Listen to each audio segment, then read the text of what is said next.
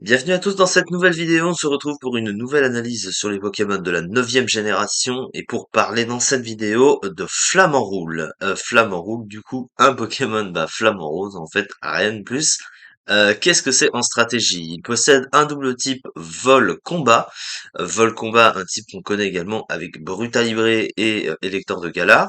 Alors le type propose, alors défensivement c'est assez moyen globalement, même si on a quand même des résistances assez utiles. Il y a notamment une immunité sol, il y a une double résistance insecte, donc à l'attaque demi-tour, ainsi qu'une résistance ténèbres, donc à l'attaque sabotage, ainsi qu'au type combat, qui est un autre stab super efficace sur le type acier, et au type plante, pour 5 faiblesses, avec des faiblesses gênantes quand même, hein, au type électrique, fée, vol, glace, ça c'est des types assez gênants, donc c'est correct, sans plus. Offensivement par contre, vol et combat, c'est assez fort quand même. C'est deux combinaisons de stats qui vont très bien ensemble offensivement, et ça se voit, hein. Vous voyez un 565 Pokémon qui tape sur le super efficace, donc c'est très fort. Il y a 20 Pokémon qui résistent, donc il a une très très bonne couverture naturelle offensive, le combo vol et combat. Ce qui fait qu'avec ces stats, tu réduis en bouillie la plupart du metagame, à part certains Pokémon évidemment. On pense notamment à Toxtricity ou bien à Exagide notamment.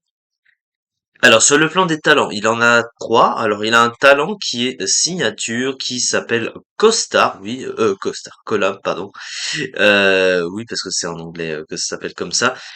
Collab qui fait que quand il vient sur le terrain, il copie les changements de stade de l'adversaire. C'est un petit peu situationnel, mais parfois ça peut servir, donc sait-on jamais.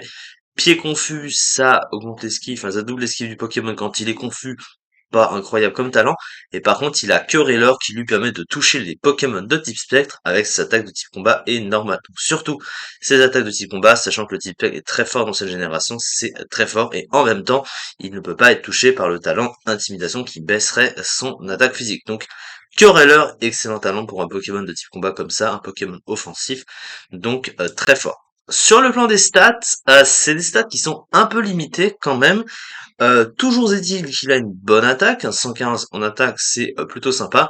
90 de vitesse, c'est moyen, mais c'est pas non plus si mauvais que ça.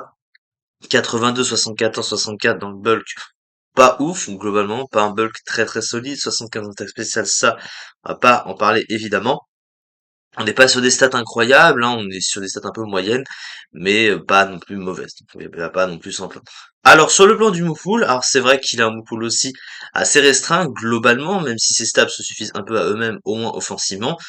Il a le combo close combat Rapaz, donc c'est quand même très fort bien sûr, et il a le Terra Crystal si jamais. Il a accès à demi-tour, il a accès à exécution qui lui fait un corrège assez sympathique. Il a accès à Danse Lame également pour se booster, il a atterrissage pour se soigner du grand classique, il possède même des trucs genre Aquabrèche ou des trucs comme ça.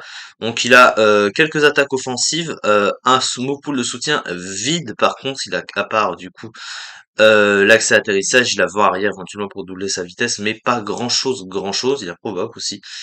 Euh, mais bon, on va dire qu'il a peut-être pas besoin de grand chose d'autre, vu que lui c'est un Pokémon très offensif, il a des stats très forts, donc il va peut-être pas avoir besoin de grand chose d'autre. Il est peut-être juste limité en fait en termes de stats, en fait, c'est un petit peu juste ça le problème. C'est un Pokémon assez intéressant en vrai. Alors malheureusement il décolle pas vraiment actuellement, puisqu'on le retrouve, il est descendu apparemment en rare use, là on peut le voir. En tout cas, c'est ce qui se profile pour pour le mois suivant, puisque il atteint que la 60e place de l'underused avec 1,4%. Donc c'est un Pokémon qui descend quand même. Il n'est pas comme Brutalibré qui lui avait maintenu. Brutalibré, j'en parle, mais il est pas très loin. C'est bizarre, mais Brutalibré a aussi un petit peu chuté. Je pense que ça vient du manque de stats, hein, clairement. Mais c'est pas un Pokémon inintéressant, cela étant, avec un type comme ça. Peut-être que dans les soutiers, ça sera mieux. En tout cas, voilà pour cette vidéo. On se retrouve prochainement pour la suite des analyses sur les Pokémon de la neuvième génération. Merci beaucoup de m'avoir suivi et à très vite pour la suite.